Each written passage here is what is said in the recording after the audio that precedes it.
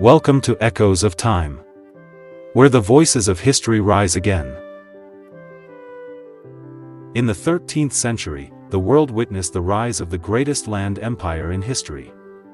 The Mongols, fierce horsemen from the steppes of Central Asia, swept across continents with unprecedented speed and ferocity. From the plains of China to the mountains of Persia, their armies left behind cities in ruins and populations in terror. By the mid-1200s, the Mongol Empire stretched across most of Eurasia. To many, they seemed unstoppable, an unstoppable force destined to rule the known world.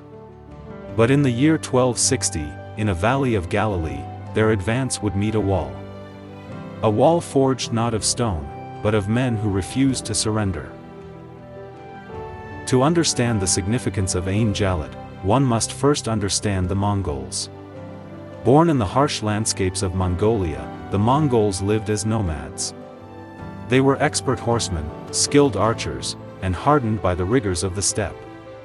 Under the leadership of Genghis Khan, they transformed from scattered tribes into a unified empire. Their tactics combined unmatched mobility with psychological warfare. Armies that faced them often broke long before the battle began.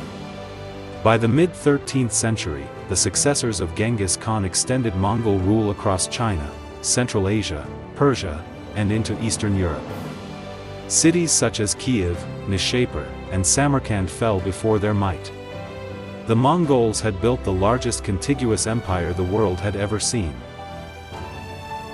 In 1258, Hulagu Khan, grandson of Genghis, led a massive army into Mesopotamia. His target was Baghdad, the jewel of the Abbasid Caliphate. For centuries, Baghdad had been a beacon of Islamic civilization. Its libraries held priceless manuscripts. Its scholars advanced science, philosophy, and medicine. It was a city of learning, trade, and faith. But when the Mongols arrived, Baghdad's golden age ended in fire and blood. After a siege of mere weeks, the city fell. The caliph was executed. The population was massacred. The great libraries of Baghdad, repositories of centuries of human knowledge, were burned or drowned in the Tigris River. The destruction shocked the Muslim world. The Abbasid Caliphate, once a symbol of unity, was no more. A void of power and faith was left behind. And into this void, the Mongols prepared to march further west. After Baghdad, Hulagu's forces advanced swiftly into Syria. Aleppo fell after brutal fighting. Damascus surrendered without resistance. The Mongol army appeared unstoppable. With the Levant in their grasp, their next target was Egypt.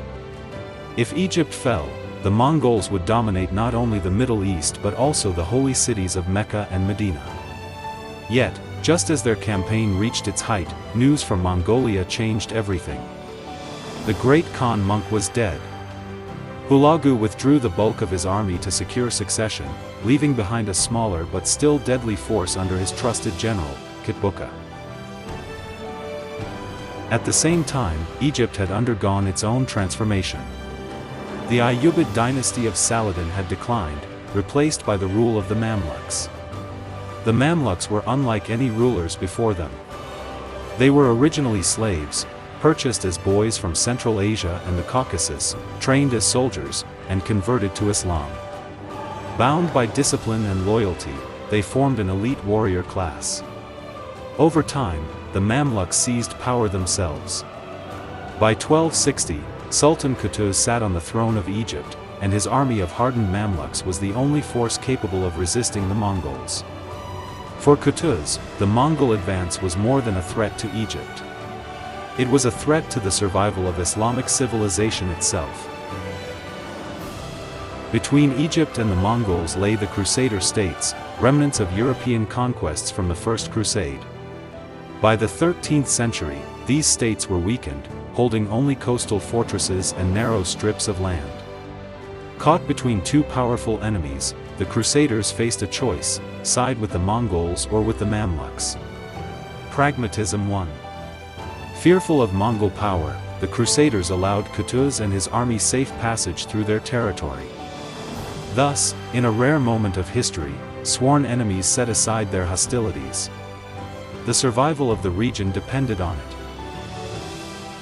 In the summer of 1260, the Mamluk army marched north into Palestine. Their goal, to intercept the Mongols before they could consolidate their hold. The two armies met in the valley of Ain Jālūt, the spring of Goliath, a fertile land of water and hills, chosen carefully by the Mamluks. Here, the fate of the Middle East would be decided. The Mongols, masters of cavalry warfare, launched their assault with deadly precision. Their horse archers loosed volleys of arrows, while heavy cavalry charged with devastating force. The Mamluks resisted but then appeared to retreat. Dust rose as their lines pulled back, luring the Mongols deeper into the valley. Kitbuka, confident of victory, ordered pursuit. It was a tactic the Mongols themselves had used countless times before. But this time, it was being used against them. As the Mongols surged forward, hidden Mamluk forces struck from the flanks. Cavalry poured out from behind the hills. The trap had been sprung. The Mongols, caught in the narrow valley, found themselves encircled. The hunters had become the hunted. The battle raged with ferocity. Horses clashed, steel rang out, and the valley echoed with cries of war. But slowly, the Mongols' formation broke under the relentless assault. Kitbuka, the Mongol commander, fought with defiance, refusing to retreat. But leadership and bravery could not overcome overwhelming odds. Eventually, Kitbuka was captured. His execution signaled the collapse of Mongol resistance. The army that had once reduced Baghdad to ashes was annihilated. For the first time in history, the Mongols had been decisively defeated in open battle. The victory at Ain Jālūt reverberated across the world. The myth of Mongol invincibility was shattered. The Mamluks had secured Egypt and safeguarded the holy cities. Cairo now emerged as the new center of the Islamic world, inheriting the mantle once held by Baghdad. The Mongols would attempt further incursions into Syria, but they would never again advance so far.